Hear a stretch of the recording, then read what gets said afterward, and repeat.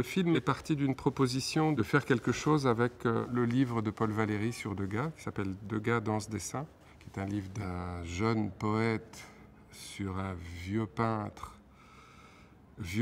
qui passait son temps à dessiner de jeunes danseuses. Donc il y a à la fois une circulation entre les arts et à la fois une circulation entre les âges et entre les sexes. Et il y avait quelque chose de très intéressant et de très complexe et de très kaléidoscopique dans le livre de Paul Valéry. Et je me disais que ça m'intéresserait de retrouver quelque chose comme ça dans un essai cinématographique. Dans l'esprit du livre de Paul Valéry, qu'est-ce que ce serait que mettre en relation le dessin, la danse et le cinéma? Donc le projet du film, c'est ça. Machinalement, je pars de la tête hélas. La peinture, c'est facile quand vous ne savez pas. Moi, ce qui m'intéressait, c'est une question de transposition, en fait. Si on fait un film, il faut qu'on fasse quelque chose que seul le cinéma peut faire. Sinon, c'est pas intéressant. Et là, il y avait un truc qui était intéressant, c'était comment, nous, en cinéma, on raconte le dessin. Comment le cinéma témoigne de ce que c'est que le dessin et témoigne de ce que c'est que le mouvement.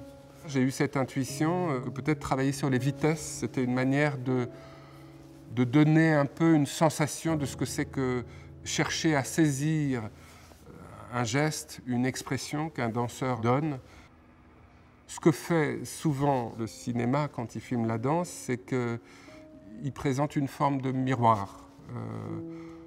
Là, je disais non, le cinéma, il pourrait interpréter la danse aussi, et c'est ce que je propose. Je savais que le récit que je ferais pourrait s'appuyer sur de la matière documentaire. J'ai rien demandé de particulier au chorégraphe, je lui ai juste dit, je voudrais que ça ressemble à une leçon de danse telle que Degas nous en a offert des instantanés. D'essayer de retrouver des corps et des visages tels qu'on pouvait les voir chez Degas, qui, moi, m'émeuvent plus que ce qu'on met en avant dans la danse classique de nos jours, où j'ai l'impression que tous les corps se ressemblent.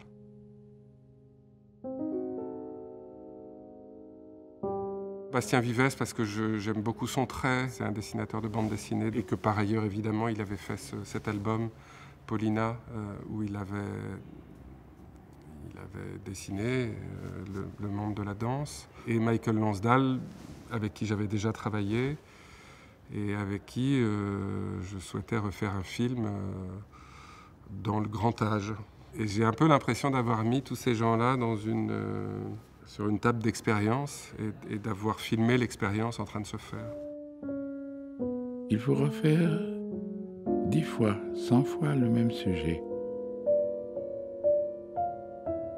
Pour moi, la répétition, c'est l'art, en fait. L'art, c'est pas la représentation. Pour moi, l'endroit le plus bouleversant de l'art, c'est avant l'achèvement. C'est le moment du travail. D'ailleurs, ce à quoi s'est beaucoup attaché Degas, qui sont les à côté.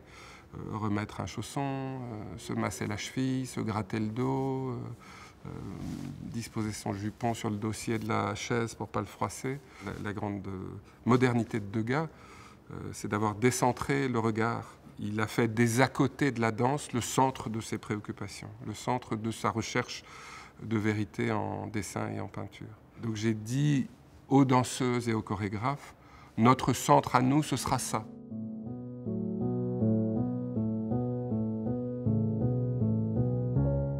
Ces jeunes filles, donc, qui ont entre 11 et 20 ans, elles vont être des objets d'étude, de regard, de discours, de photographie pour un réalisateur, un opérateur, homme,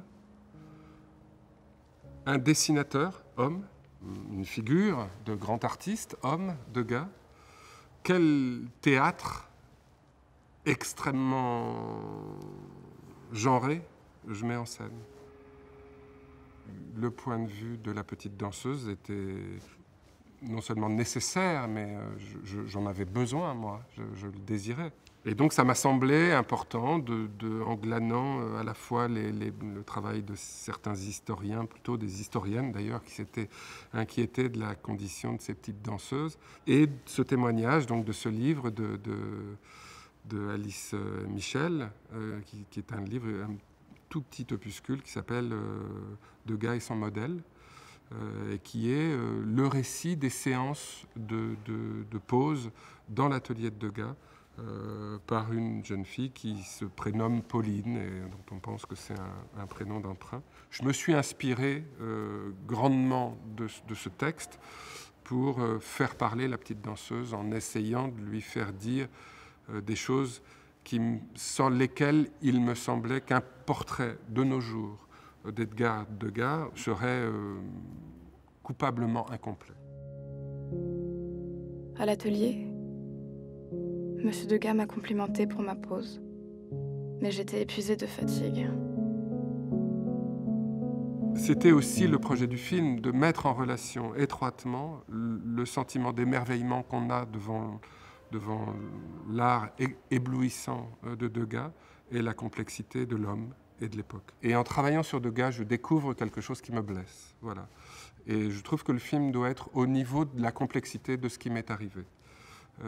C'est ça l'art, c'est ça faire une histoire de l'art, c'est ça faire un film sur l'art.